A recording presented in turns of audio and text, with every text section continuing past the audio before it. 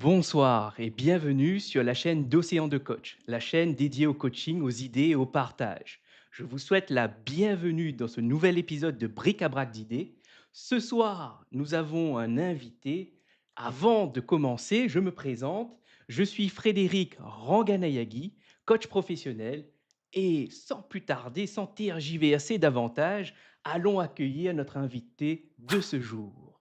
Bonne écoute à vous et à tout de suite.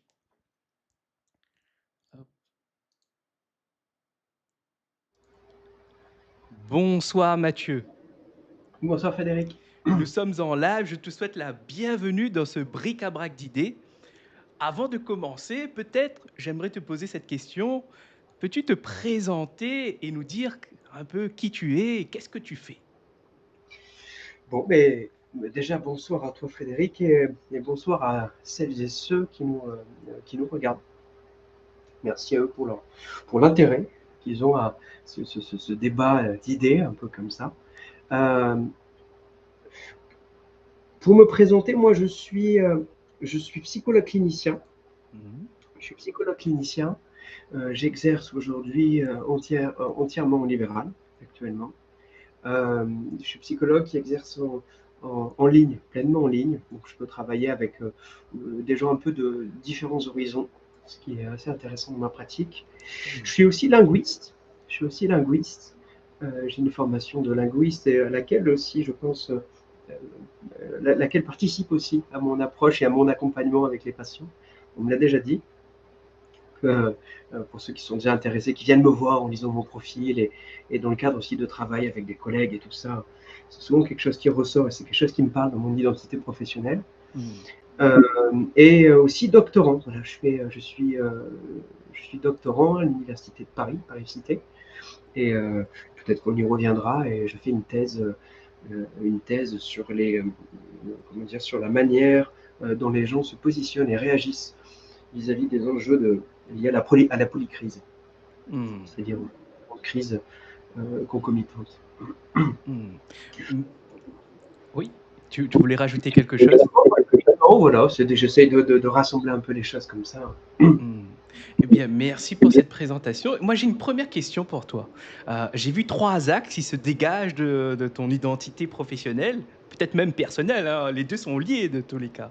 Et justement, j'aimerais savoir quelle est la question ou les questions qui t'ont accompagné depuis ton enfance jusqu'à maintenant, qui a amené à ce que tu t'intéresses à ces domaines-là, c'est-à-dire à la psychologie, à l'accompagnement, à la langue en étant linguiste et à la recherche dans le domaine face aux polycrises, si j'ai bien compris, comment les individus agissent. Quelles sont les questions qui t'ont enfin, j'imagine qu'il y a une première question qui a un peu évolué et qui a donné plein de petites questions et qui t'a amené à entrer dans ces parcours, de ces cursus-là. Est-ce que déjà c'est clair? Parce que c'est un peu long peut-être la question. Non, non, non, ça l'est Ça l'est. pleinement, bien sûr.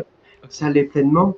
J'ai un parcours un peu erratique. Alors, c'est hyper intéressant ce que tu as dit, enfin, ce que tu as dit au tout début, ton identité, tu as dit personnelle ou professionnelle. Et Mhm. c'est vrai que ce que j'ai présenté, c'est mon identité professionnelle, même si c'est quelque chose qui participe énormément à mon identité en dehors du cadre professionnel. C'est des choses qui me plaisent. Je fais un travail qui est quand même aussi un travail qui m'épanouit, un travail passion. J'aime faire mon. Ça ne veut pas dire que c'est pas tout le temps simple, que c'est pas tout le temps, que c'est tout le temps simple ou pas compliqué, mais voilà, c'est un travail qui aussi voilà, qui me parle et qui participe un petit peu à ce que je suis en termes de personne Mhm. aussi. Euh, et donc voilà, je suis effectivement, il y a d'autres choses en dehors de ça que je suis et ça ne se réduit pas à ces questions-là. Et c'est intéressant parce que toi, tu viens faire le lien entre mon histoire personnelle, passée, et mon activité professionnelle. Et évidemment que les choses sont liées. Euh, ce qui m'a amené à là où j'en suis, c'est un parcours, peut-être un parcours scolaire qui n'était pas nécessairement simple. Qui n'était pas Mhm. nécessairement simple, et c'est un euphémisme, qui était voilà, qui était pas évident, qui a été semé d'embûches, Mhm. avec un sentiment d'être en décalage par rapport voilà, par rapport au mode didactique, au mode d'apprentissage, à mes enseignants. Avec quand même des tuteurs un peu de résilience que j'ai rencontrés. Il y a des enseignants qui ont, on pourra peut-être en revenir, mais il y a eu des enseignants qui ont été vraiment extrêmement porteurs pour moi. J'en ai Mhm. quelques-uns comme ça, et qui ont évité peut-être que ce soit un mur, la rencontre un mur. Euh, et très tôt, je suis revenu, quand je suis parti à l'université, c'est à partir de là que comment dire, euh, que l'éducation au sens d'apprentissage, au sens des questions scolaires, des questions de développement des compétences, voilà, des apprentissages. C'est vraiment après le lycée. Et je suis Mhm. parti en langage. Mes premiers amours universitaires, c'était en sciences du langage. Oh. C'est pour ça que je disais linguiste. Et, euh, et c'est assez marrant parce que euh, j'ai eu besoin de repartir un peu à l'origine des choses. Mhm. C'était une manière de faire. J'ai eu ce besoin-là. J'étais parti déjà en philosophie. J'ai fait quelques premiers mois. C'était arrivé pendant une réforme monumentale. C'était la loi Pécresse ou quelque chose comme ça. Je ne sais plus. À l'époque, en 2008 ou 2009, je ne sais Mhm. plus. Et ça m'a pas du tout. Enfin voilà, l'université a été bloquée pendant 6 ou 8 mois. C'était un truc énorme. Et de toute façon, ça me parlait pas. Et j'ai eu ce besoin de retourner à la linguistique, vraiment un peu à l'origine des choses, la linguistique cognitive, et comment le langage euh, participe à la fois à la compréhension du réel Mhm. et aussi participe au façonnement un peu de notre rapport au monde. Donc comment cela vient moduler, modeler un peu notre esprit et notre perception sur les choses. Mhm. Ça a été, et pour le coup, je me suis super épanoui. Et ça, à partir de là, vraiment, que l'université a été quelque chose de très porteur pour moi. Et je me suis vraiment éclaté à la fac. Je me suis Mhm. vraiment éclaté à la fac. Et après, je suis parti sur les sciences cognitives et je suis parti en psychologie. J'ai senti que c'était quelque chose qui était un peu plus porteur que moi, que les sciences du langage. Et j'ai continué comme ça. Et j'ai fait des va-et-vient. J'ai fait un master. Je suis reparti en sciences du langage. J'ai continué en psycho. Et là, je continue en thèse. Voilà un peu le parcours pour résumer. Mhm. Pour résumer. Je ne sais Et, pas si ça répond à ta question. oui, et parfaitement. Et même, il y a un point que j'aimerais soulever, c'est-à-dire qu'à un moment, dans les débuts de ton parcours, de ton cursus, ce que j'ai relevé, moi, c'est cette aide, l'autre qui a pris une place, qui a été aidante, qui a été porteur, c'est-à-dire certains enseignants que tu as rencontrés qui étaient résilients, qui avaient l'amour de la passion de transmettre et qui t'ont quelque part initié à l'amour de la recherche, de la curiosité, et qui t'ont euh, pour moi, ils ont réussi à répondre à cette question extrêmement difficile qui est comment rendre l'apprentissage désirable ou comment rendre désirable la curiosité. Tu vois, euh, cette question, elle n'est pas évidente et je trouve que moi aussi, je suis content quand tu partages ça parce que pour moi, les professeurs ont une place très importante au début de la vie parce ils nous initient à quelque chose qui permet de s'émanciper quelque part. Et, et même, on pourrait même dire, est-ce que tu aurais imaginé comment tu as commencé, tu aurais arrivé jusqu'ici? Tu vois ce que je veux dire? C'est-à-dire, c'est quand même assez magique. Pour moi, c'est incroyable. Pour moi, c'est incroyable de se dire, grâce à des personnes qui sont passionnées, on arrive à transmettre cette passion quelque part, à réveiller quelque chose qui grandit au fil du temps et qui aboutisse à ce que toi aussi aujourd'hui, bah, tu puisses partager ta passion avec nous et même aider d'autres personnes à aller mieux. Ça, c'est quand même incroyable. Qu'est-ce que tu en penses de ce que je dis Je suis d'accord. Tu as dit une place importante. Je te dirais, pour moi, une place fondamentale. Oh. Hmm. Pour moi, je dirais fondamentale. Pour moi, l'enseignement, je dirais, alors l'éducation nationale, c'est un dispositif qu'on a inventé qui est au service de l'enseignement, de la transmission. On pourrait y en avoir un milliard. Hmm. C'est un dispositif voilà, qui appartient à notre fonctionnement républicain, blablabla, tout ça. Mais euh, l'enseignement, la transmission, la pédagogie, c'est fondamental. Hmm. Fondamental. Pour moi, c'est l'un des métiers les plus importants d'une société et qui a toujours existé. Hein. Tu Hmm. regardes, il y a toujours cette question-là, parmi d'autres, hein, il y a d'autres métiers, hein, mais celui-là on fait partie et c'est quelque chose. Comme tu le dis, c'est important, c'est au point où, quand je dis fondamental, je ne sais pas si il y a un problème au niveau de l'image de ton image. Ouais, attends, ça devrait être revenu. C'est bon, c'est revenu. Mais j'ai entendu, le son était toujours OK. Euh, c'est, euh, c'est, je te laisse si tu veux calibrer le truc. Ouais, attends. Alors moi, je peux parler, mais c'est vrai que faut Vas-y, avoir l'image clignote, mais le son est bon. Mais je Ok, t'écoute. Je bon, t'écoute. super. Euh, euh, donc ouais, oui, oui, c'est fondamental au sens où on n'imagine pas l'impact que ça a. Et tu as raison, tu as dit la question de la transmission, mais moi, c'est pas ça qui m'a sauvé, qui m'a fait tenir. C'était pas le fait que les enseignants soient passionnés. Il y en a qui peuvent être passionnés. Hmm. Il y en a qui peuvent être passionnés sans avoir envie de transmettre cette passion-là. Il y avait une modalité en plus. Il y avait une modalité de celle de la rencontre, de choper Hmm. l'élève là où il en est, et de quelque chose qui est aussi de la non-stigmatisation, du non-jugement, qui est de ce côté-là. Je Hmm. pouvais être un élève, moi j'étais un élève en difficulté, et ça a pu vriller un moment, je me suis rattrapé, être du côté de la provocation un peu, tu vois, Hmm. parce que j'étais un peu en difficulté, en difficulté scolaire. Et pour diverses raisons, mais j'ai eu des trucs. Quand plus tard, rétrospectivement, c'est marrant, moi j'ai travaillé en pédopsychiatrie, donc j'ai travaillé avec les enfants, et je travaillais avec les enfants, j'avais le choix, plutôt les adultes, personnes âgées, et je me suis dit, tiens, peut-être prendre le problème à la base. Donc c'était peut-être aussi quelque chose qui était en reflet avec ma propre histoire, en Hmm. disant, il y a peut-être beaucoup de choses qui conditionnent et participent un peu à quelque chose qui est vraiment dans les origines, comme ça, un peu princeps. Et, euh, et en travaillant avec ces enfants, il y a eu beaucoup de choses qui sont revenues, hein, de ma propre histoire. Il y a eu une espèce d'insight, de prise de conscience. Il y a eu des espèces de, tu vois, des choses qui sont revenues. Et notamment des choses qui étaient des enseignants qui, aujourd'hui, qui ont fait des trucs qu'elles ne referaient, qui seraient interdits. Ce serait dans les médias, ce serait dans le, tu vois, qui étaient acceptés dans les années 90, qui étaient, tu vois, qui étaient, entre guillemets, semi-tolérés. C'était déjà, mais des trucs d'humiliation, quoi, Ah. et Hmm. qui ont été fondateurs. Un truc tout con, je suis gaucher, et par exemple, moi, je me faisais défoncer parce que j'étais gaucher, parce que je suis gaucher. On Hmm. écrivait encore au stylo plume avec les machins et tous ces trucs-là.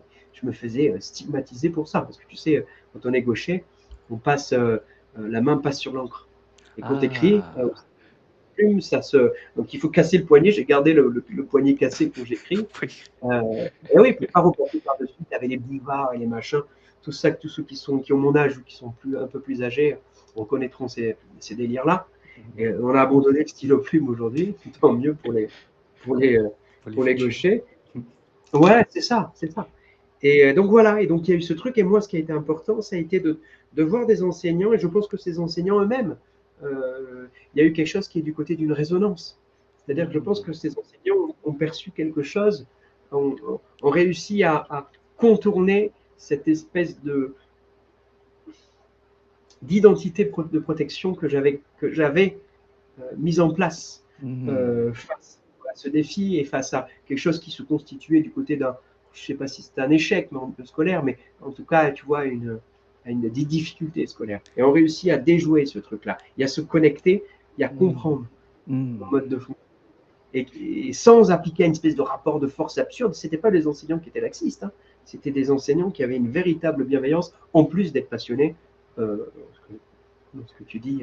Donc je ne sais pas si tu vois un peu la nuance. Oui, je vois. Et même, ça me fait penser à une idée très forte que moi, ça m'a provoqué une bascule intellectuelle. En parlant justement de difficultés que des enfants peuvent avoir dans l'apprentissage. Et là, je convoque, on va dire, C.H. Boimard, qui est, Mmh, peut-être tu connais ses idées avec les enfants empêchés de penser. bien Et, sûr, ils et empêchent de pour penser. moi, quand tu parles de protection, ben, je n'arrive pas à me dire, ben, en fait, quelque part, c'est un mécanisme de protection parce que ils ont un besoin de complétude quelque part. Et face aux apprentissages, on développe des mécanismes. Et pour moi, ce que j'analyse par rapport à ça, c'est que ben, justement, les professeurs, ils ont réussi à faire quelque part une question, comme tu as dit, une rencontre. C'est fort quand même de dire ça. Et il y a un autre truc qui me vient là quand je t'entends parler, dans ce que j'ai entendu, c'est cette analyse que tu en fais aujourd'hui. C'est-à-dire qu'on voit que tu es parti, tu t'es nourri, et aujourd'hui tu arrives à poser des mots sur une situation qui s'est passée avant, et notamment grâce à des expériences que tu as eues avec d'autres enfants. Ça t'a, c'est-à-dire, ça t'a transformé, ça t'a permis de poser un regard nouveau. Et Et c'est incroyable. Enfin, quand je dis incroyable, c'est-à-dire, je trouve ça fascinant parce que c'est justement ça que je perçois. C'est ça qui est fascinant, c'est de se dire que des fois, on a des questions, on a des choses qui se passent, mais on ne sait pas trop expliquer ni mettre des mots. On essaye, mais on tâtonne. Et plus on avance, et plus on vit des choses, et plus on arrive à regarder le passé sous un nouvel angle, sur une nouvelle perception. Et là, moi, je me dis, ben, et même quand tu as dit que tu te sentais un peu en décalage dans l'école, je me dis, bah, aujourd'hui, bah, quand je t'entends comment tu analyses, je me dis, bah oui, parce que j'ai l'impression, hein, tu me dis si tu te reconnais ou pas, mais j'ai l'impression que tu es quelqu'un d'assez curieux et qui essaie vraiment de comprendre les choses et d'essayer même dès le départ, quand on a commencé l'entretien, j'ai remarqué ça, tu as posé une interprétation tout de suite pour essayer de placer, d'amener les choses et d'aplatir pour justement voir si quand tu vas répondre ou où est-ce que tu es, c'est ajusté ou pas. Qu'est-ce que tu en penses de ce retour-là? C'est ce que moi, ça m'a dit dans mon esprit tout de suite comme ça. C'est intéressant, ça m'intéresse que tu développes ce truc-là un peu, là, cette première rencontre, ce que ça a créé. Ce que ça a créé. Je voudrais bien qu'après que tu répondes à ça, si tu es OK, ça me va un peu ce truc, cette histoire d'aplatir les choses. Mais oui, oui, tu as raison. Tu as raison. Alors, il y a pas mal de choses dans ce que tu dis, mais un point qui est important, où je sais, aujourd'hui, je connais un peu, j'ai des forces et des faiblesses. Je sais à peu près, je- même sur le plan un peu cognitif, ça va, il y a des choses, je connais un peu mes forces et mes faiblesses. J'ai des capacités de. Ce qui est important, c'est à la fois ma force et ma faiblesse, c'est que pour comprendre quelque chose, j'ai besoin d'en comprendre euh, un peu tous les ressorts. Hmm. J'ai conceptualisé les choses sous tous les angles, les interconnecter. Donc j'ai ce truc un peu de transversalité. Et je me rappelle que quand j'étais enfant, j'avais besoin de ça, de connecter les choses. J'avais beaucoup de mal avec l'aspect chapitralisation, je ne sais pas comment on pourrait appeler ça, tu vois, le fait de couper les choses en modules comme ça, Ouais, et j'avais besoin c'est pas de bon. connecter les choses. Hmm. Et je me souviens que ça m'est arrivé quelques fois dans l'éducation, dans mes cours, d'avoir des enseignants qui me disaient que j'avais eu des zéros. Ça m'est arrivé quelques fois quand j'étais à l'école primaire. Et, euh, et voilà, Mathieu a copié. Mathieu a copié sur sa camarade. Et j'étais le genre d'élève, à l'époque, j'étais plutôt inhibé, plutôt en recul, plutôt en retrait. J'étais à des années-lumière d'avoir l'audace de copier. J'avais trop peur Hmm. pour faire ça. Je savais très bien que je n'avais pas copié. Je savais juste que, en fait, j'étais parvenu à des résultats et à des analyses euh, sur des problèmes qui étaient posés, qui n'étaient pas la méthode utilisée par l'enseignante. Et comme Hmm. j'avais pas toute la démonstration, comme j'avais pas tout le décours, et tu vois, tout le truc, le processus pour arriver à ce résultat-là, et que dans d'autres situations, je n'étais pas forcément un très bon élève, Hmm. l'enseignant ne pouvait avoir qu'une interprétation, c'est Mathieu a triché. Hmm. Mathieu a triché. Alors qu'en fait, non, c'était une espèce de sur le coup, une espèce de fulgurance ou un truc, tu vois, où là j'arrivais à choper le problème, à le problématiser à ma manière et à l'intégrer et à en faire quelque chose et en Hmm. restituer quelque chose. Et, euh, et c'est un peu ça, c'est un peu ça. Et c'est vrai que moi, dans ma manière de concevoir les choses, je donne un exemple. Aujourd'hui, euh, j'ai un truc un peu perso là, que je suis en train de développer, c'est mon projet perso. Je suis en train de structurer, de mettre en place une approche en psychothérapie dans l'accompagnement, dans le soin psychique, une approche dite intégrative. C'est-à-dire comment toutes les approches peuvent s'interconnecter et quel est le langage commun entre toutes, l'universalité des approches. Et d'essayer de Hmm. comprendre par-delà le revêtement, par-delà un peu le logos, ce qu'on en dit, ce qu'on raconte et tous ces trucs-là, essayer de déterminer les processus communs. Et là, ça fait quelques années que je travaille dessus, que j'ai mis en place mes propres un peu certaines choses, certains dispositifs, certains modes d'accompagnement. Et, euh, et pour l'instant, je suis en train de perfectionner ça. Et pour l'instant, ça marche très bien. Dans les Hmm. accompagnements, c'est assez puissant, très basé sur les TCC principalement et l'approche systémique. Voilà, c'est le cœur un peu de l'approche. Mais ça marche et c'est cette, comment dire, cette disposition un peu intellectuelle qui est besoin de comprendre, besoin Hmm. d'approfondir, vraiment besoin de choper et surtout d'avoir une forme de défiance par rapport, tu sais, à c'est comme ça. Voilà, c'est Hmm. comme ça, on me dit ça, et de ce besoin de dire, attends, derrière les apparats, qu'est-ce qu'il y a? Qu'est-ce qu'on raconte? Le réel est infiniment plus complexe que ce que l'on veut en dire. Hmm. Voilà. Je sais pas si ça. C'est très, comment dire? Ce que tu m'as dit, ce que j'accueille là, c'est stimulant, c'est incroyable. C'est-à-dire, j'ai pas les mots pour décrire ce que tu m'as dit, mais c'est vraiment très intéressant et même pertinent. Et pour répondre à ta question de tout à l'heure un peu plus tôt, tu voulais que je développe cette rencontre, qu'est-ce que ça a fait pour moi? Est-ce que c'est bien ça la question? Ou est-ce que tu peux la Oui, formuler comme ça je le oui. ouais? C'était ça, tu disais qu'il y avait eu, il y avait une espèce de première impression. J'imagine que tu parles peut-être soit de les 5 minutes qu'on a eu de débrief un tout petit peu avant, ou peut-être les 5 minutes en officiel, là en live. Mais tu parlais de cette première impression que j'avais, donc ça m'intéressait de voir ce qui est donné comme ça dans la rencontre. Mmh. Et, voilà. Ouais, eh bien, pour préciser, c'est les 5 minutes du live. C'est-à-dire les premières minutes du live, notre première interaction ensemble, quand j'ai été entendu, je me suis dit en fait, j'ai reconnu quelque chose que moi-même je fais. C'est-à-dire, il y a une Ok. phrase pour dire ça, c'est: «On ne voit que ce qu'on connaît». Un peu cette idée-là, de cet ordre-là. C'est-à-dire que Ouais, quand ok. j'ai entendu comment tu as exprimé tes idées, comment tu les as présentées, j'ai reconnu des comportements, des façons de faire qui étaient similaires à la mienne. Et du coup, je me dis: Ok. «Ah, OK, je vois ce qu'il veut dire et je vois où» en fait, ça permet d'avoir des billes pour développer une certaine flexibilité par la suite. Et pour rebondir à ce que tu as dit juste avant, c'est-à-dire à un moment donné, il y a certains processus à comprendre intellectuellement pour pouvoir justement quelque part avoir cette forme de flexibilité, ne pas enfermer soit soi-même, soit son hypothèse qu'on a fait, ou même l'autre, ou même la situation, parce que c'est beaucoup plus difficile que ce qui est présenté. Et il y a ce qui est dit, il y a ce qui est pensé, et il y a une part où on ne sait pas du tout, c'est quelle est l'intention ou qu'est-ce qu'il y a derrière ce qui est dit. Pour quelle Ouais. raison c'est dit comme ça? Et ça, c'est des questions justement qu'un clinicien, j'imagine, se pose. Qu'est-ce qu'il y a derrière ce qui est apparu, ce qui est visible là? Et pour moi, tu me diras ce que tu en penses, mais moi en coaching, par exemple, ben, pour découvrir ce qu'il y a, ben, il n'y a pas trop de 50 000 solutions. C'est une quête, c'est une quête à tâtonnement aussi. C'est-à-dire, on pose des questions pour essayer de faire émerger un savoir qui est peut-être tacite, c'est-à-dire qui est beaucoup plus vaste que ce qu'on pourrait exprimer avec des mots. Et là, on retombe sur une des formations que tu as eu un coup de cœur, même quelque chose qui t'a nourri et que tu as eu la passion, qui est la langue. Qu'est-ce que la langue? Quel est l'impact?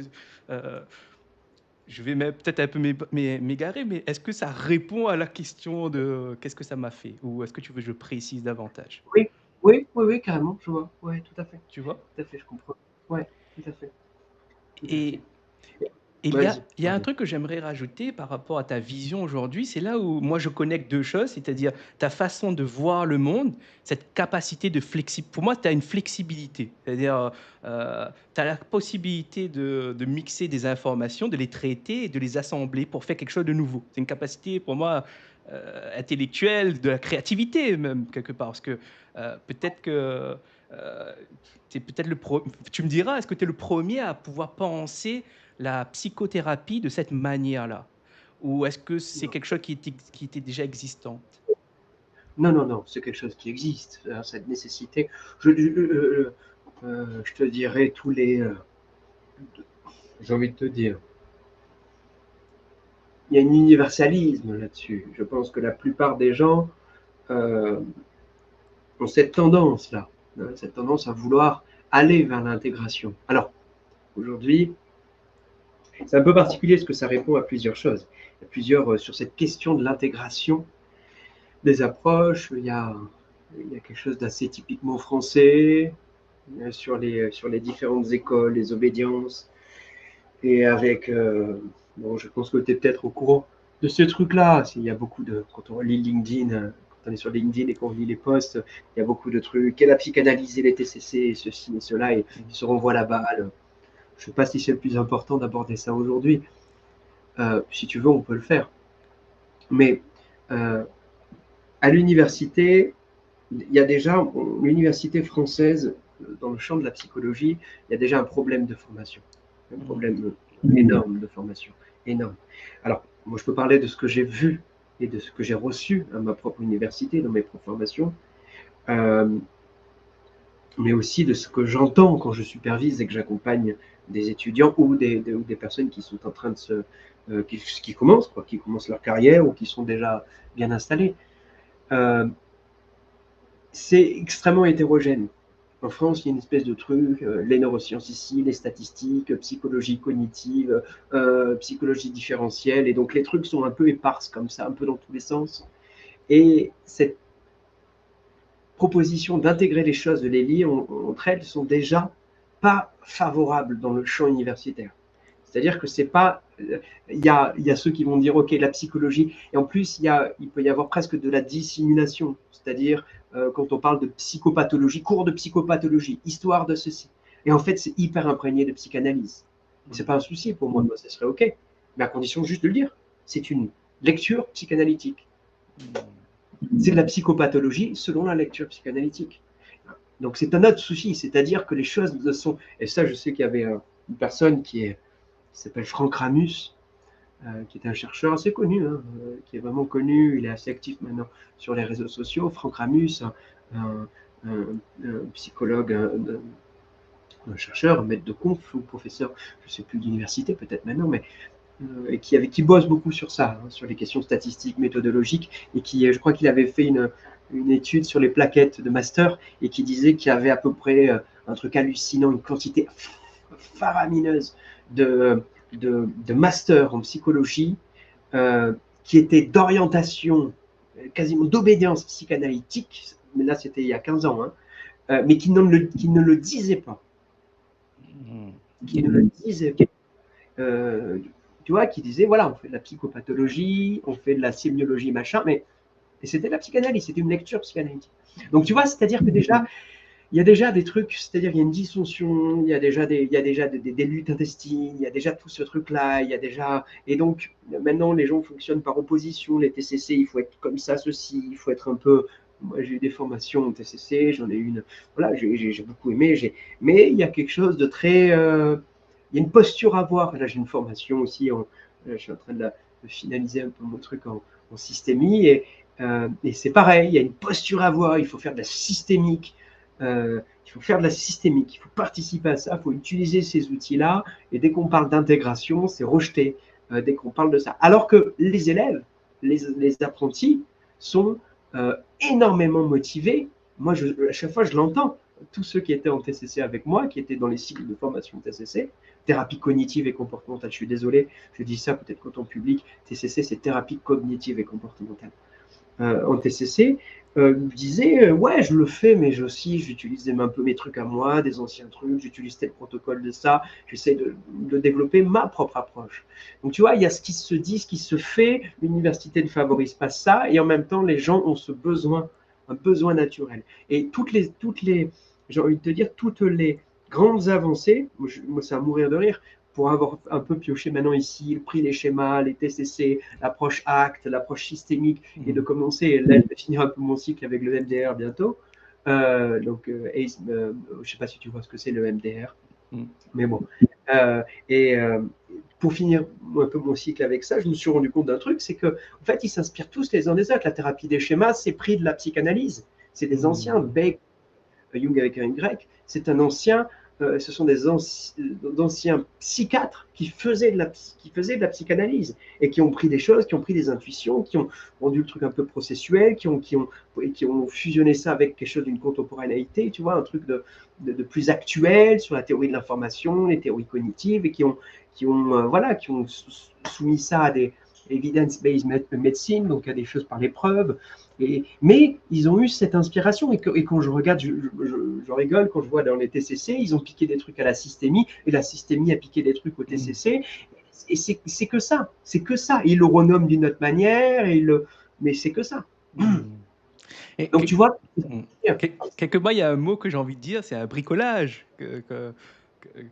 Comme disait, récemment, j'ai discuté avec Damien Karabovnik, qui est un sociologue, et justement, on disait que face à des contraintes, à un moment donné, la personne, avec ce qu'elle a, ce qu'elle possède comme connaissance, comme savoir, comme expérience, elle va faire un bricolage, elle va se nourrir un peu de plusieurs domaines pour essayer de co-construire ou bien construire quelque chose qui puisse le faire avancer. Parce que, et même, je dis avancer, mais des fois, c'est tenir face à ce qui arrive, à ce mur, comme tu as dit. Des fois, le mot est bien juste. C'est-à-dire, des fois, on est face à un mur et on ne sait pas trop comment faire. On va essayer de bricoler quelque chose avec ce qu'on a et parfois, ça ne suffit pas. Et c'est là où l'autre vient et peut nous aider. Voilà un peu. Et c'est intéressant parce que ça renvoie à deux concepts qui sont un peu parallèles, qui sont de deux champs différents, un peu, enfin de deux approches différentes, un peu à la truc piagétien, c'est-à-dire que dans un apprentissage, tu as l'assimilation, je comprends les connaissances, et l'accommodation. Et le deuxième en profondeur, c'est-à-dire comment l'apprentissage vient structurer ma manière, et là on revient aussi peut-être à la linguistique, comment ça vient structurer, modifier ma perception des choses, et modifier en profondeur. Mm. Et le risque dans une approche intégrative, c'est d'avoir ce côté boîte à outils. Moi, je le vois avec il y a beaucoup de psychologues, quand ils me contactent, ils sont en difficulté là-dessus.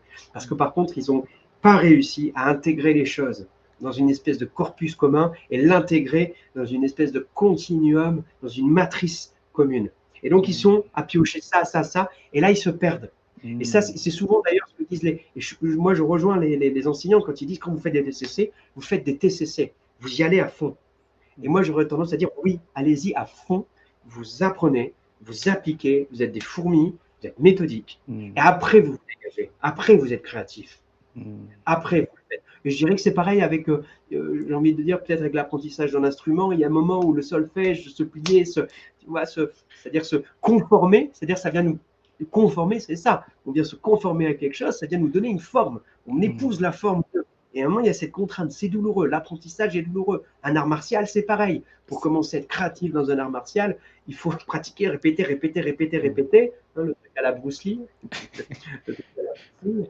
Je me méfie d'un homme qui a donné, qui s'est entraîné 1000 fois avec le même coup de poing. Je ne sais pas si tu connais un truc Oui. un peu dans le même style, qui a Mm. répété 1000 fois plutôt que 1000 coups de poing différemment. Mais c'est Mm. un peu cette idée-là.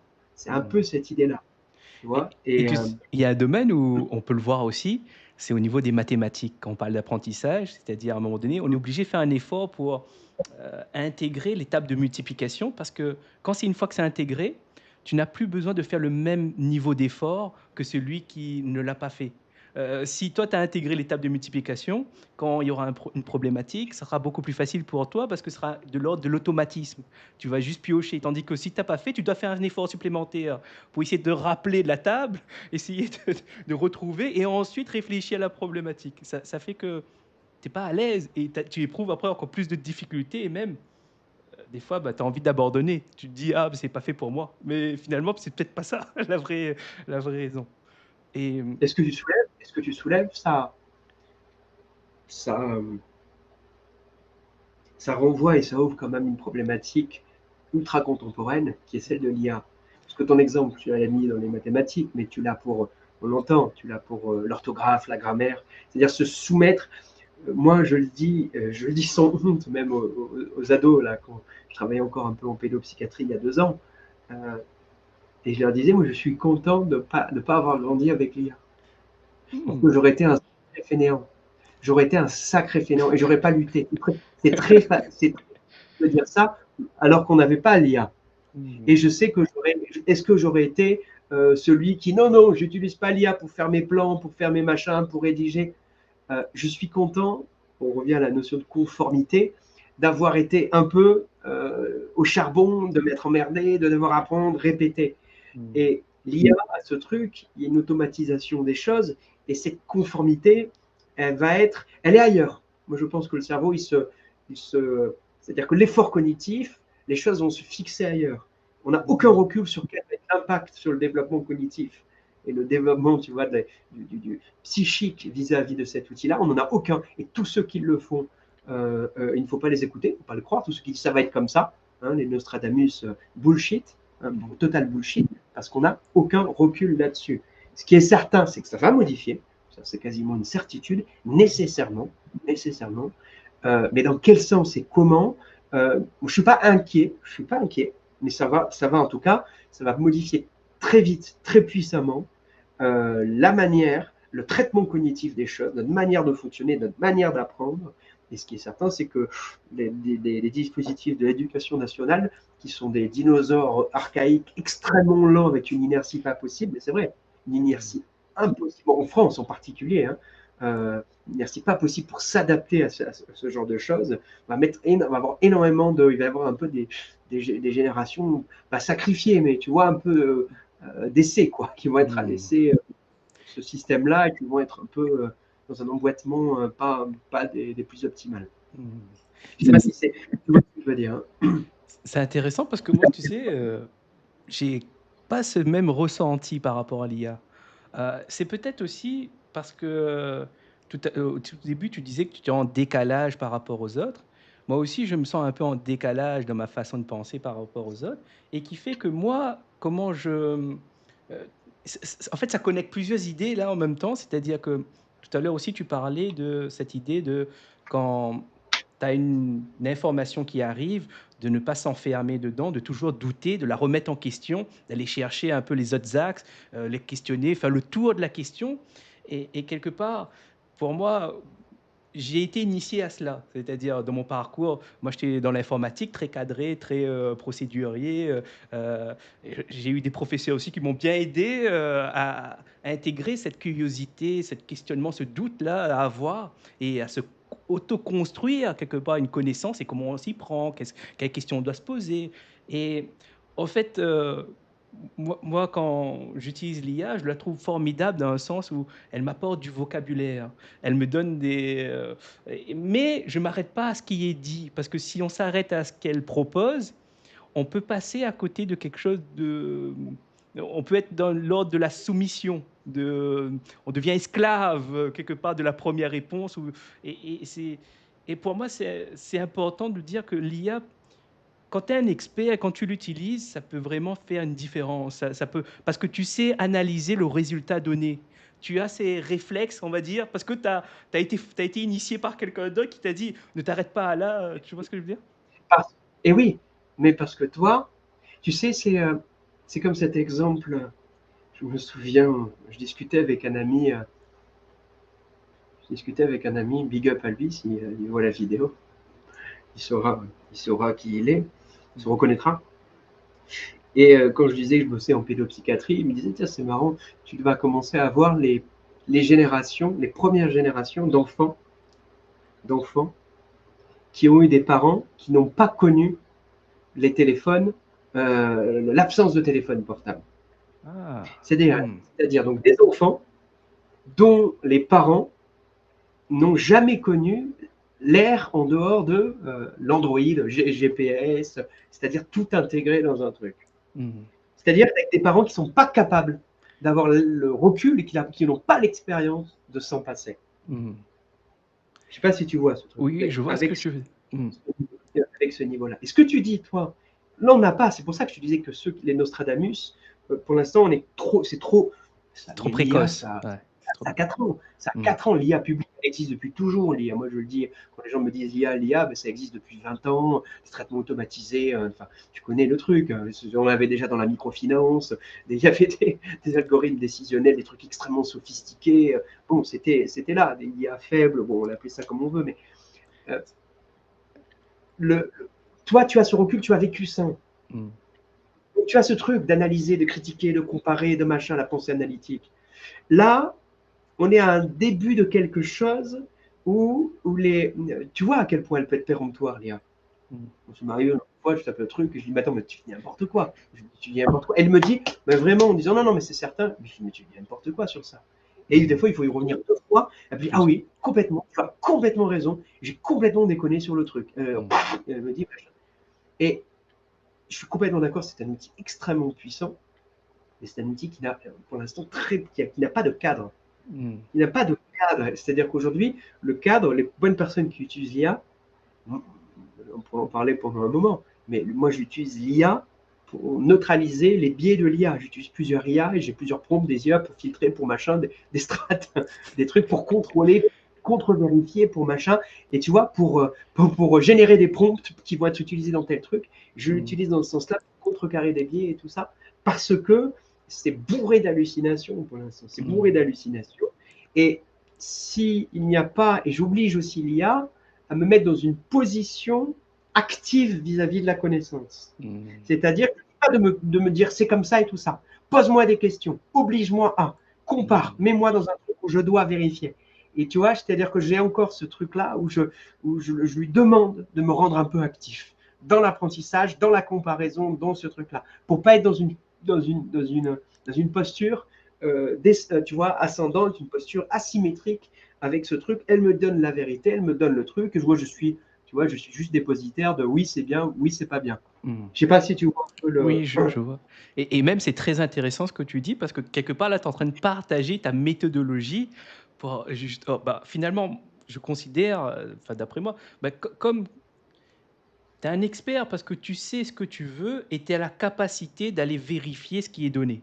Et par rapport à ce que tu as vécu, bah, tu sais qu'il faut mettre des mécanismes en place et tu as su le faire. C'est-à-dire, tu sais brasser les données pour justement arriver à un niveau de résultat qui te satisfasse et tu es sûr que là, tu as fait plusieurs vérifications. Ça te permet d'aller. Peut-être ça prend un peu le temps aujourd'hui, mais ça te permet justement de ne pas t'enfermer, d'être, comme tu dis, d'être passif, tu manges sans vérifier et du coup, tu peux manger n'importe quoi sans vraiment et Il y a un et moment, elle m'enferme. Moi, je sais, mmh, l'IA, elle m'enferme. Je sais aujourd'hui, il y a des situations où on pourrait créer un nouveau concept, là maintenant, ici, toi et moi, euh, où j'ai une aversion, une crainte mmh, à mettre en place des choses que je savais faire il y a 4 ans. Un mmh, truc tout con, une lettre, un mail, il y a des mails, je vais le faire, mais la plupart des mails, je demande à l'IA de les faire. Alors, ouais, je donne les consignes, ce machin, mais je gagne un temps phénoménal. C'est-à-dire que je saurais une grande partie de ces mails. À une époque, je rédigeais des machins, des courriers propres, rangés, tout ça. Mais ça me prenait un temps pas possible. mmh. Pas possible. C'était un temps pas possible. Ces trucs se poser, de machin, de comparer. Là, c'est une simplification. Mais moi, ce dont je parle, c'est pas la compétence. C'est la réaction émotionnelle vis-à-vis du processus. Je C'est-à-dire? m'explique. Ouais. Je m'explique. Aujourd'hui, l'idée même de rédiger un mail un peu complexe pour de l'administration, tout ce que tu veux, pour des trucs un peu complexes, un peu Mmh. sophistiqués, de l'utiliser sans IA, sans m'appuyer sur l'IA pour vérifier les fautes, pour vérifier ce que tu veux, pour machin, une formulation, pour retrier, tu vois, pour faire ce truc, je ne l'envisage plus. En gros, mon IA me plante, je suis dans je dirais pas une détresse émotionnelle, mais dans un inconfort. Mmh. Je suis dans un véritable inconfort, dans un truc que je savais faire il y a 3 4 ans et je ne me posais aucune question. Mmh. Aucune question. Tu vois, c'est ça dont je te parle. C'est-à-dire ce que ça vient te prélever et ce que ça vient générer chez toi un peu un sentiment, pas d'impuissance, mais de Dépendance, hein? décompétence.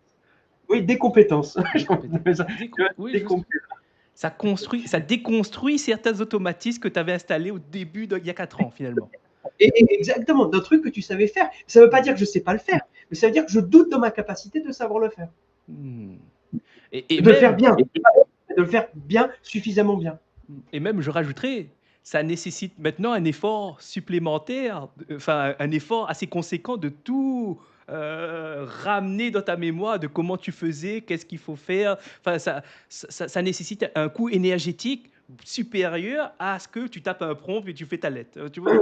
Exactement, C'est exactement. Et l'idée même de ce coup-là, de passer un temps, il y a une aberration, il y a une aversion à passer mmh, un temps, à passer 1 heure et demie à rédiger un machin, là où je peux prendre 5 10 minutes, allez 15 minutes quand c'est, tu vois, pour vérifier, machin. C'est-à-dire, il y a une nécessité quasiment à devoir aller vite. Il faut que ça aille vite. mmh, Après, l'IA m'a fait gagner un temps. En 2 3 ans, j'ai réussi à faire avec ça, à automatiser des trucs, j'ai réussi à gagner un temps énorme. Donc, il y mmh, a plein de choses que j'aurais pas pu faire, j'aurais pas pu arriver à plein de résultats sur plein de trucs sans ça, oui. sans ça. Mais tu vois, je m'oblige à quand même toujours à essayer de garder un peu le contrôle. C'est pour ça que je disais ça, parce que j'ai remarqué qu'il y a une perte de, c'est pas juste de compétences, mais il y a même une perte de confiance en soi dans sa capacité à faire. Mmh. Ça va plus loin que enfin, c'est intéressant, ce que tu poses là, et justement, toi, aujourd'hui, qu'est-ce que tu dirais? Quelles sont les compétences, ou bien quelles idées sont nécessaires à penser quand on utilise l'IA? Parce que, ah, attends, ben là, ça me fait penser à un truc que je connais, que je me dis, toi, tu es dans la, t'es psychologue clinicien, bah, il y en a beaucoup qui utilisent l'IA justement pour essayer d'interpréter ou de se faire accompagner au travers de l'IA. Quel est ton point de vue là-dessus? Parce que ça fait grand bruit. Et toi, qu'est-ce que tu en penses Tu d'un utilises IA comment? psychologue, finalement? Ah, toi, tu parles d'un IA psychologue, d'un Oui, agent, un voilà, agent, et même, on pourrait même le dire, certains utilisent par exemple les IA communs, comme ChatGPT, Gemini ou enfin le plus commun, accessible au grand public, comme agent de psychologue, comme, psychologue bien carrément, sûr, sans les mais bien sûr. précautions, sans notice, d'avertissement, sans rien, tu vois ce que je veux dire? Moi, une grande quantité de mes patients l'utilisent. Et très vite, je désamorce la honte à l'utiliser.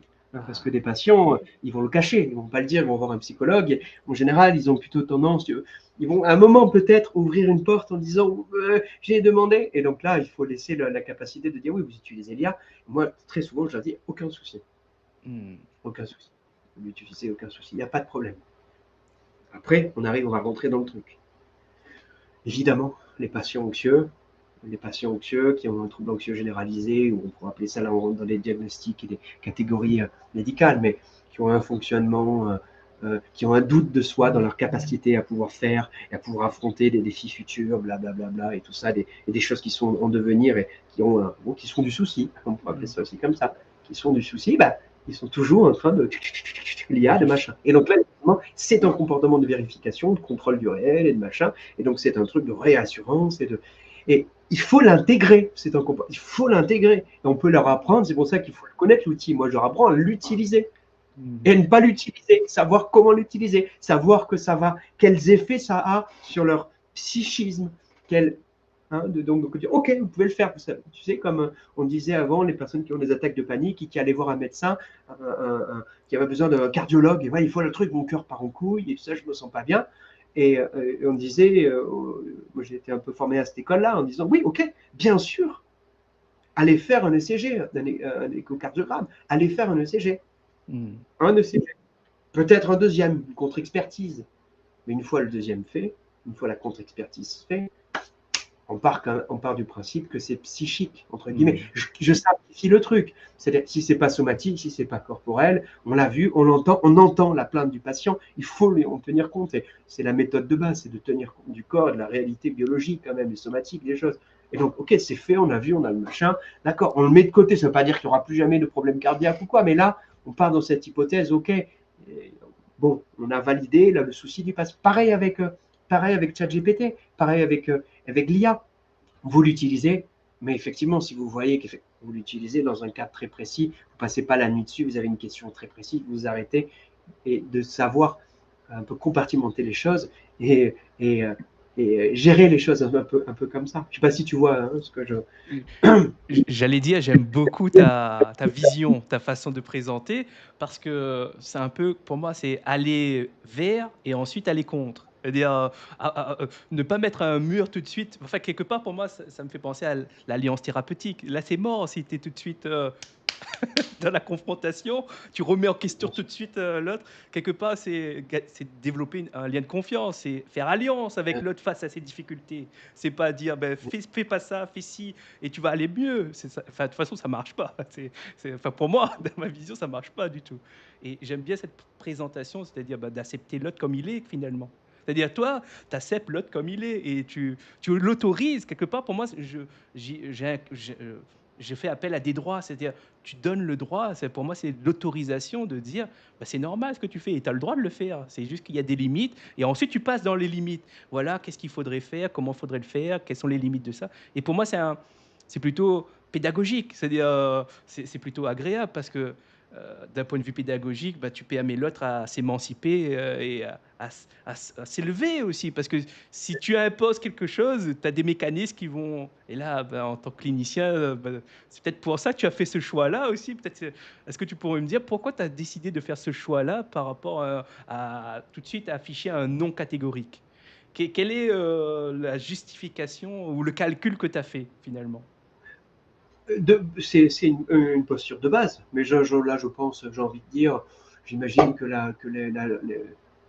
mes collégionnaires, mes camarades, mes collègues sont un peu comme ça, c'est-à-dire l'accueil inconditionnel de l'autre et de sa réalité et de son fonctionnement.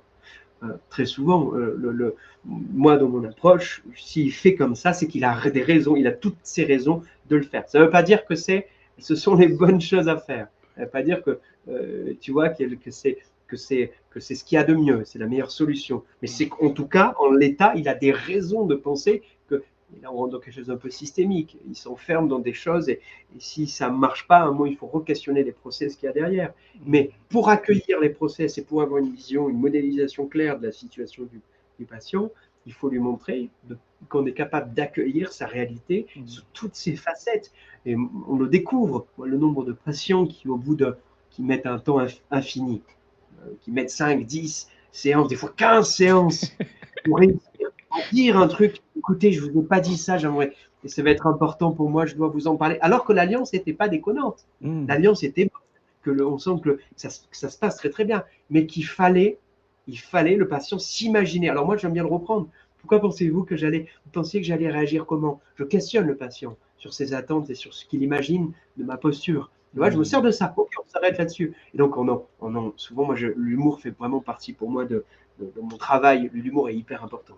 Ça ne veut pas dire qu'on rigole tout le temps, qu'on se marre quand le patient souffre, mais l'humour est hyper important. Pour moi, il y a des choses comme ça. L'humour, les révélations sur soi aussi. Légèrement, on peut poser des choses par rapport à soi. Ça fait partie aussi des choses, de montrer qu'on participe au même système. Attention au compte-goutte. Hein. Le but, c'est pas de projeter, l'envoyer au patient son monde et lui dire voilà, j'ai connu la même chose que vous. Non, mais il y a des choses comme ça qui sont importantes. Et cet accueil-là, de réussir, si on ne le chope pas, si on dit pas, si on montre pas qu'on est capable de recevoir et d'entendre ce que le patient fait et vit au quotidien, c'est un gros problème. Si on émet un jugement, non, ça vous devriez pas, ça vous auriez pas dû faire ça, d'être dans une posture de jugement, c'est pas bon. C'est pas bon du tout.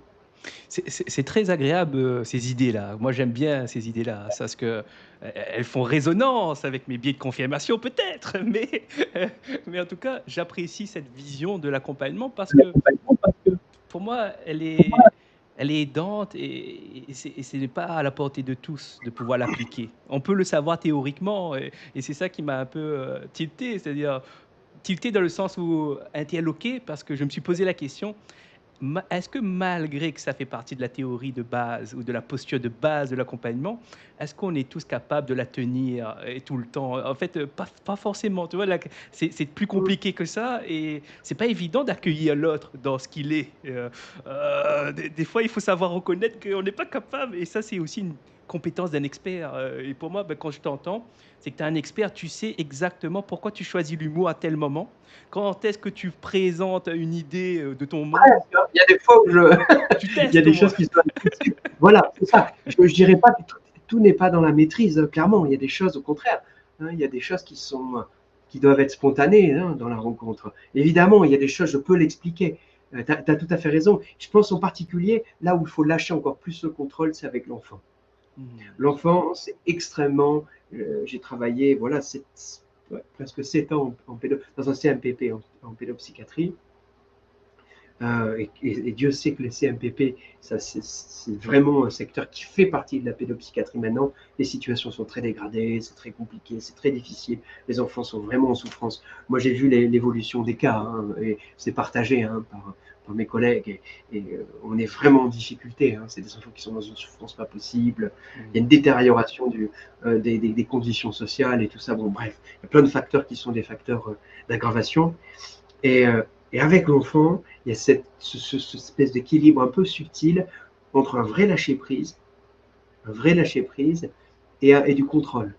Et un mélange entre les deux. C'est-à-dire, moi, j'adorais recevoir des stagiaires pour ça, aussi, pour leur transmettre aussi ma passion de ça, l'accompagnement des enfants, mais aussi pour prendre un temps, débriefer avec les stagiaires, pour leur expliquer, et pour moi aussi, leur expliquer pourquoi j'ai fait ça, pourquoi j'ai dit ça, pourquoi j'ai joué de telle manière avec cet enfant, pourquoi j'ai dit ce truc-là, et de reconnecter les choses avec l'histoire, avec les séances précédentes, et de venir verbaliser, de venir structurer les choses. Et alors que pour une stagiaire, au départ, c'est bah, je suis au sol avec l'enfant et je suis en train de me rouler avec lui, je suis en train de jouer, je suis en train de faire un jeu, il se passe des trucs, quoi. Et moi, je suis l'enfant, et à un moment, bah, il y a des trucs qui sont voilà, hein, l'enfant, il va mimer des actes sexuels, il a 6 ans, il y a un truc entre des. Et ouais, qu'est-ce que tu fais de ça? Tu as l'enfant qui. Et qu'est-ce que tu fais? Tu vas dire, oh non, eh ben non, il faut réussir à la fois accueillir quand l'enfant joue avec son jouet, il faut réussir à accueillir ce truc, cette scène, la questionner, plutôt que tout de suite être De tu la vois, réaction. l'interdiction Ouais. et la réaction, parce que sinon, tu ne vas pas pouvoir dérouler ce qui se joue pour lui. Mais en même temps, tu sais que tu as un enfant, que tu dois aussi il est en train de se passer quelque chose. Peut-être que c'est une violence, peut-être qu'il y a quelque chose qui est en train de se réactiver par rapport à une histoire un peu traumatique. Et donc, tu ne dois pas non plus aller dans le sens de son scénario. Parce que il t'invite peut-être à mettre des limites, il t'invite peut-être à le rassurer, à dire, à poser des interdits. Donc tu vois, c'est compliqué ce truc-là, c'est compliqué. Et ça se fait dans un ajustement, un accordage qui est très subtil, très fin, en fonction de ce que tu connais de l'histoire de l'enfant, à ce moment-là, de sa gestuelle, de comment il regarde les choses, comment il évite, quels sont. Et l'enfant, c'est très coûteux pour ça, c'est très complexe, je trouve. Et en plus, en sachant qu'on a une posture d'autorité quelque part, on a un tel pouvoir sur quelqu'un qui est en construction, qui est en devenir. D'où l'importance de faire des études, d'où l'importance d'apprendre, parce que dans le discours que tu viens de tenir, les questions que tu viens de poser, euh, elles n'arrivent pas naturellement comme ça. Enfin, pour moi, c'est une initiation avec d'autres pairs, c'est des expériences que tu as vécues. Et aujourd'hui, bah, quand tu as ton discours, c'est agréable. Mais moi, je me dis, mais pour avoir ce discours agréable, mais il n'est pas complaisant, le discours. Attention, ce que je veux dire, c'est Non. que c'est un discours d'expert, d'expertise. C'est une expertise que tu possèdes aujourd'hui, que tu as forgée. Et ce que moi, j'entends derrière, ou ce que j'imagine derrière, c'est me dire, ben, quelles sont les expériences que tu as vécues pour arriver à tel discours d'expertise. Et c'est ça aussi que je trouve ça formidable que tu partages. Merci beaucoup, parce que c'est intéressant d'entendre quelqu'un qui s'y connaît sur certains domaines et de le présenter d'une façon pédagogique. Pour moi, quelque part, si quelqu'un a envie de faire la psychologie ou la pédopsychiatrie, ben, ce qu'il va t'entendre, il va me dire, ah, il y a des questions intéressantes, il y a des choses à aller voir. Et pour moi, ça peut te donner envie, quoi, d'y aller, de franchir ce, ce, ce domaine qui est en recherche et qui manque des gens aussi, il faut le dire. Et, et j'aimerais rajouter un truc aussi. C'est vrai que le constat est terrible, c'est-à-dire face aux souffrances qui existent, sont réelles, et cette réalité-là peut rendre, comment dire, euh, c'est pas, ça donne pas, enfin, elle est importante de reconnaître, quoi, de cette. Il y a une phrase, peut-être que tu as déjà entendu parler, c'est de Gramsci. Attends, je vais te dire parce que pour moi, elle représente cette chose-là. Attends, bouge pas. J'aime beaucoup. Gramsci, je crois que ça se dit. Je sais pas, j'ai toujours Gramsci. prononcé Gramsci. Je- Ouais, mais peut-être que je me trompe. Je peux ouais. me tromper. Moi, je ne sais pas, je le fais comme j'imagine le faire, mais peut-être que tu as raison, Gramsci. Euh, alors, attends, tac. C'est avec Philippe Mérieux que j'ai appris cette phrase. C'était le pessimisme de la raison et l'optimisme de la volonté. Hmm. Et pour moi, tu représentes cela. C'est-à-dire, tu fais un constat réel, réaliste, le plus. Tu es obligé d'avoir cette authenticité, cette lucidité sur oui, c'est catastrophique, oui, il y a des problématiques dans les CMP ou autres domaines médicaux en ce moment, mais tu conserves aussi cette volonté que ça s'améliore, cet optimisme de voir les choses, malgré elles sont aussi terribles. Tu gardes cet espoir, cet optimisme qu'on peut faire des choses, on peut mettre en place des petites actions peut-être ou d'autres choses. Et pour moi, c'est ça que je mettrais sur ce que tu as partagé. Le pessimisme de la réalité et l'optimisme de la volonté. Voilà. Et, et peut-être je te laisse dire qu'est-ce que tu en peux peut-être rebondir, et après je propose qu'on passe à la conclusion de notre échange. Par rapport à ça, par rapport à ce Ouais, que tu disais, ouais, rebondir sur ça. ouais, ou peut-être. Ouais. Si, si, je peux. euh, c'est vrai que je peux avoir parce que c'est marrant que je trouvais que j'étais pas trop, je t'ai pas donné pour moi, j'ai pas donné ma vision que les gens peuvent penser que je suis pessimiste. Moi, je leur dirais que je suis réaliste sur des choses. On n'a pas parlé de- d'aspect macro ou des choses comme ça. Moi, je suis quand même un éternel optimiste pour moi. Hmm. Je suis un éternel optimiste. Et j'avais lu un bouquin qui m'avait beaucoup parlé quand j'étais, je sais plus, j'avais 14, 15 ans, un truc comme ça. C'était un peu la période où, voilà, où les choses étaient en train de bouger. Je prenais confiance en moi un peu sur le plan universitaire. Je commençais à me mobiliser. Bon, pas universitaire, et du coup j'étais au lycée, mais scolaire. Et c'était un ouvrage de Pierre Kropotkin, petit bouquin qui est sympa comme tout. Donc écrit fin du 19e, peut-être début 20e, mais fin 19e, je pense. Un truc comme ça, et des dates 1880, peut-être un truc bon. Euh, C'était un truc un peu genre un essai sur l'anarchisme, quelque chose comme ça. Et c'est quelque chose qui a pas mal influencé ma perception des choses, notamment sur les enjeux sociétaux, les enjeux même géopolitiques. Il parlait de cycle, de répétition, Hmm. et qui avait cette dimension comme ça de cycle avec ce côté backslash entre les choses, c'est-à-dire que ça part dans un sens, ça revient dans un autre, et que l'humain a besoin de cycles, et que ce Hmm. sont et qu'on vit dans des cycles. Et moi, j'ai cette vision-là que euh, si les choses sont en train de se verrouiller, ils sont en train de se rigidifier, ils sont en train de hyperboliser dans une direction, dans une trajectoire, que les choses s'intensifient, c'est qu'à côté, il se passe quelque chose qui va revenir dans un autre sens. Et qu'on a besoin de passer un peu Eros et Thanatos entre ces deux figures. Mais c'est un truc, ce que je dis, c'est vraiment classique, quoi. C'est quasiment une vision un peu orientaliste ou même antique des choses où on a besoin de ces deux dimensions et que si ça tire dans un sens, c'est que ça va revenir dans un autre sens. Et il y avait ce truc un peu moi j'aime bien le répéter, c'est des phrases toutes connes, mais c'est le truc, et pourtant je suis pas un grand fanat de comment il s'appelait, l'ami de Camus, le philosophe Sartre? existentialiste, Sartre, voilà, Sartre. un truc, petit tout Sartre, qui disait voilà qu'on n'a jamais été aussi libre que pendant l'occupation. Hein, cette phrase-là, on n'a jamais été aussi libre, à quelques mots près, hein, si ça se trouve, que pendant l'occupation, c'était l'idée. Il voulait dire que c'est. Alors bon, c'était pas le plus grand résistant, certain, ce que j'ai compris, mais non pas qu'il était collaborateur à fond, hein, mais voilà, c'était pas bon. Mais il voulait dire par là que c'est dans les un peu le yin et le yang, c'est dans les moments d'obscurité que la lumière, il faut de, il faut de, euh, il faut de l'ombre pour projeter la lumière. Un peu ce Hmm. côté-là. Il y a ce truc-là, il faut de l'ombre pour projeter la lumière. Et donc c'est dans ces moments-là, c'est dans les moments où les choses s'intensifient que les contrastes s'opèrent aussi. Hmm. Et donc c'est dans Hmm. ces moments-là qu'il faut se positionner. Et donc moi, c'est ça que je trouve intéressant, effectivement. Donc ce qui peut s'apparenter à du pessimisme, des fois, on parle aussi dans un sens, ce qui peut s'apparenter à du pessimisme, et au contraire un optimisme à venir sur le futur. Hmm. Hmm. Et tu Voilà, sais pourquoi cette phrase est venue? C'est parce que t'as pas dit beaucoup, mais quand tu as dit qu'il y a des souffrances et qu'il y a des choses qui ne vont pas, en fait, t'as pas besoin de beaucoup développer pour ressentir. Enfin, j'ai ressenti, moi, j'ai perçu l'émotion et toute cette lourdeur qui s'y cache ouais, et j'ai senti le vécu quelque part, que tu as vécu des choses assez fortes, assez lourdes et ça a donné une.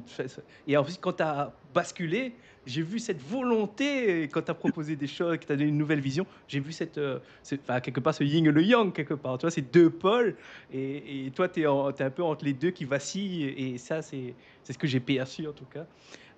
Eh ben, écoute, merci beaucoup. Je te propose qu'on passe à la conclusion.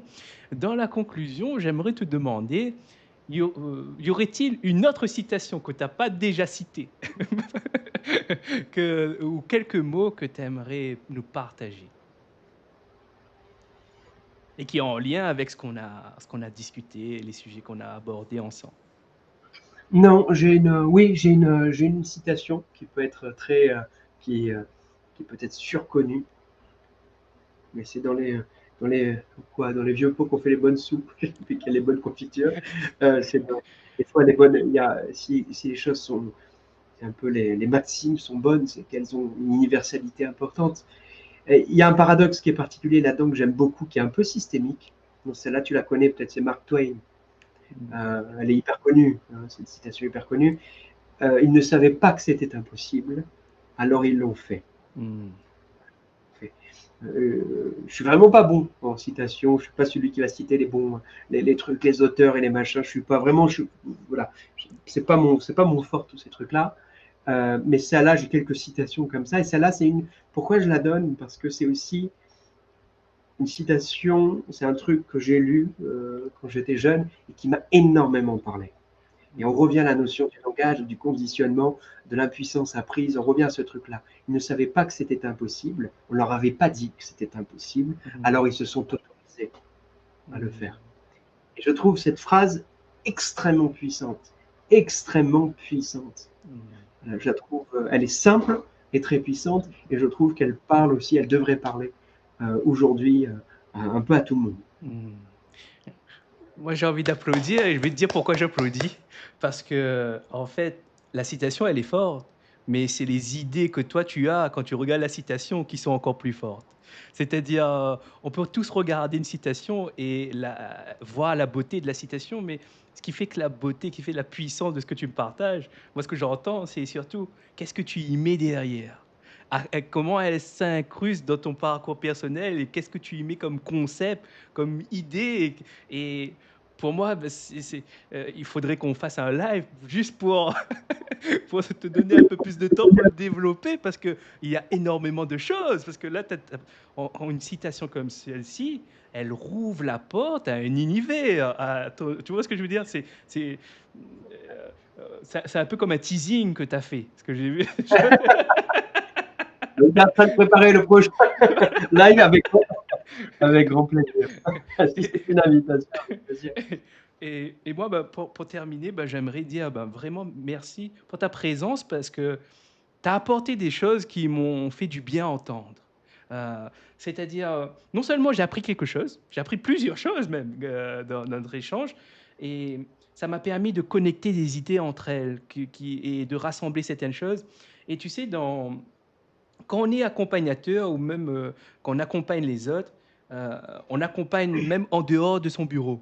C'est ça que je voulais dire par rapport quand j'échange avec toi. Tout à l'heure, la question, qu'est-ce qui est passé aux premières impressions? Là, je vais te partager qu'est-ce qui se passe après quelques minutes d'échange. Ben, j'ai envie de dire ça, c'est ça qui me vient plus naturellement. C'est ben, toi, en tant que psychologue ou en tant que personne qui accompagne les autres, ben, ce que tu fais, ce que tu apportes, va au-delà juste de ton cabinet. C'est-à-dire même au dehors, même dans les échanges dans la rue, même quand on te rencontre, quand on te voit, c'est déjà un accompagnement, c'est déjà une initiation. Et on le voit aussi, on le sent que tu aimes partager, tu aimes transmettre. Et ce soir, tu l'as fait, et pour moi, tu m'as donné envie, euh, enfin, peut-être par résonance, mais tu m'as montré un modèle, on va dire comme ça, qui me permet, dans lequel je peux me dire, ah, c'est quelque chose que j'aimerais atteindre.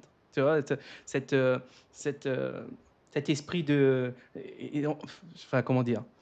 Quand je t'écoute parler, je reconnais dans ton discours, dans ta façon de penser, la recherche de rigueur, de précision, de justesse et de vérité. La recherche, je ne dis pas que tu es précis, non, tu as cette recherche, tu as cette volonté d'aller au plus juste, de comprendre. Et ça, pour moi, c'est ça que je trouve beau dans ce que tu as partagé ce soir, ce que je reconnais, que j'aimerais soulever parce que pour moi, à mes yeux, ça n'a pas de valeur. C'est-à-dire, quand je dis pas de valeur, enfin, c'est maladroit à dire ça n'a pas de valeur. Au Ouais, j'ai contraire, c'est compris. l'inverse même. Ça, c'est l'essence de ce que. Pour moi, c'est ça qui permet cette émancipation quelque part de la vie, de ne pas être esclave des autres et esclave de soi-même, quelque part aussi, être enfermé. Et pour moi, ben, tu es un homme libre, comme dans ce que les siècles de lumière voulaient. Pour moi, tu es l'aboutissement de quelque chose, en tout cas, où l'école t'a permis de te libérer. Quoi. Et ça, c'est une belle preuve. Et tu arrives à rayonner ça. C'est ça, voilà, ce que je voulais te dire par rapport à notre échange et ce qui m'est Merci venu beaucoup. naturellement. Merci beaucoup pour tous ces compliments. C'est vraiment, voilà, merci, ça me touche sincèrement. Euh, ouais. Merci à toi. Merci à toi pour cette invitation. C'était super plaisant, vraiment. Merci Mathieu. Je te laisse quelques mots et je clore le live. Peut-être que tu as un dernier message à faire passer, et à partager, et ensuite je clorerai cette discussion qu'on a eue ensemble.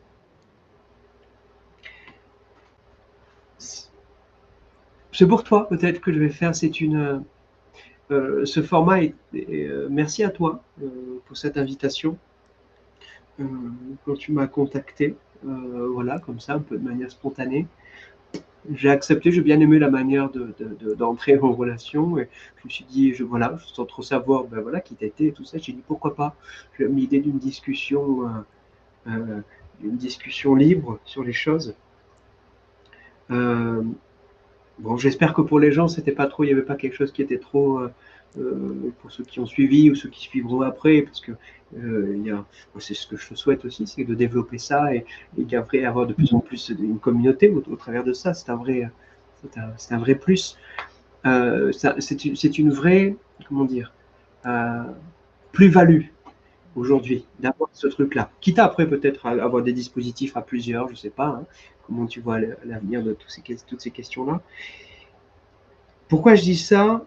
C'est que ce qui sera intéressant, euh, moi je crois fondamentalement dans la capacité des gens de se retrouver et que on est divisé parce que l'on veut nous diviser, que tout l'appareil, euh, l'architecture d'ingénierie psychosociale vise à diviser les choses.